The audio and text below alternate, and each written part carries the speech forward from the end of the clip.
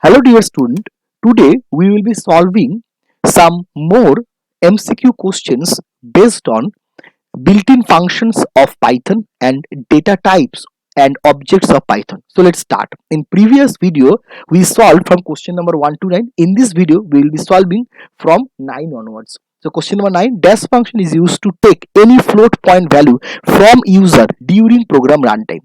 So the answer will be float function. Float function, how? I'm showing you.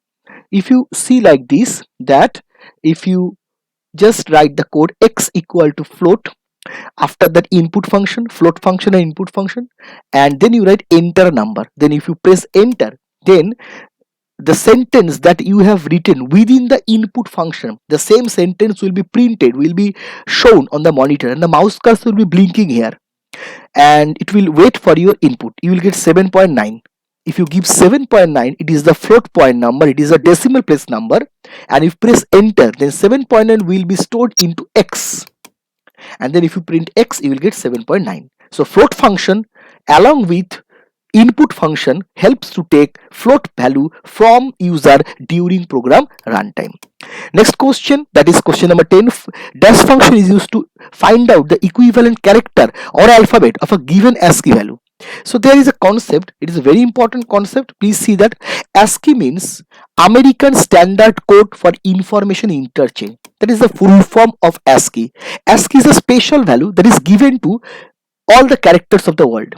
Specially, it is given to alphabet. The capital A has ASCII value 65, and then capital Z has ASCII value 90. That means you can see that A is 65, then B is 66, C is 67, and onwards like this. And small a is having ASCII value 97 and small z is having 122. So you can think like this: A is 97, B is 98, C is 99, like this onwards. So now the function is CHR. If you give within the CHR function the ASCII value, it will give you the equivalent or corresponding character. If you give CHR 91, it will give you the corresponding or related ASCII value, related character B. That means 91 is the ASCII value of B. So CHR will take the particular ASCII value, it will provide you the corresponding or related or equivalent character. So the answer will be CHR. Question number 11, dash function is used to find out the equivalent ASCII value of a given character alphabet. That means the opposite thing. That means the function will be ORD. ORD is a function where you will give a particular character or letter or alphabet, and you will get the ASCII value. Like ORDC, you are getting the ASCII value 67, that is the ASCII value of C. If you are getting ORDE, many examples are there, I am just showing you some of them. Suppose ORDE, that means ORD will give you the equivalent ASCII value of letter E, that is 101. So the option of 11 is ORD. Next is question number 12. Dash function is used to make a list object. Obviously list function is used to make a list. So if you want to see, there is the thing. Suppose you can write, you can see the example, L equal to list. Within that you are mentioning some values within the first bracket, and this entire multiple numbers like 10, 20, 30 will be giving within the first bracket, and that set of number will be giving within the list function. And list function will keep the variable values, and list function will create a list whose name is L. If you print L, it will be printed. And remember one thing, list is a mutable object in Python, plus list is an object which contains multiple values with the third bracket. So the option is list. Question number 13, dash function is used to make a tuple object. So the answer will be tuple. How I am showing you with a practical example. You can see that if you write like this, that t equal to tuple, and under that within the tuple function you mention some set of values within the third bracket or first bracket, and then you press enter. Tuple function will create a tuple whose name is t. If you print t, you will see a set of numbers is printed. And but remember one thing, tuple is an immutable object in Python which keeps many values within the first bracket. So the option will be tuple for question number 13. Question number 14, dash function is used to make a dictionary object. So please remember, dictionary object is created by dict function. I'm showing you. Yes, you can see Suppose we are writing d equal to dict. Within the dict function we are writing a equal to 1, b equal to 2, c equal to 3, like this. This is the syntax, this is the process.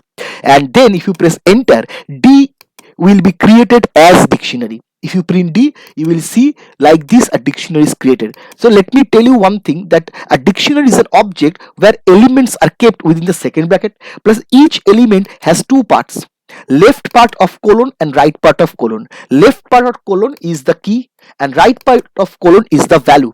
So key colon value makes one element of the dictionary object. So same for this element, you can see b is the key and 2 is the value, c is the key and 3 is the value. So this thus the dict function creates a dictionary. So option will be dict. Question number 15, dash function is uh, used to display the data type of variable that indicates which type of data the variable stores. Obviously the answer will be type variable. Type variable tells you that what type of data the variable will be taking. So just I want to show you the type variable. You can see, suppose you are writing x equal to 5 and then you are writing type x, it will provide you class int. It is the indication that x is a integer type object or data variable, because x has contained 5. 5 is a whole number means integer number, so x is an integer variable. So here the answer will be type. Type function tells you what type of variable is. Question number 16. We can print any output such as word, sentence, value by print function in Python. If this statement is true or false? Yes, this statement is true, because with the help of Python print function we can print sentences, words, values, etc.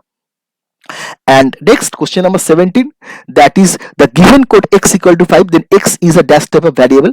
You have seen that x is 5. If x is 5, definitely x is a integer type of variable, because 5 is integer data or integer value, so x will be an integer variable. Next question, question number 18, if a equal to 7.8, then a will be what type of variable? You can see a is containing 7.8, that means a floating value, that means a will be a float variable. Next question, question number 19, if name is a variable that containing a name like John, then name is what type of variable? It will be a str variable, that means a string variable, because anything that is kept within the double quotes or single quotes or triple quote in Python is called string. So a word, a sentence, a paragraph, or even a character enclosed within single quotes or double quotes or triple quotes, a string. So name is a containing string data, so it will be a string. Question number 20, the given code is L equal to, within the third bracket we are writing 13, 15, 17, 19, 21. So L is what type of object? Obviously I have told that anything, any name or any variable that is containing values with the third bracket is called list object. So this much for today, and you have understood about the effects of built-in functions and data types and objects in Python. So thank you, dear student.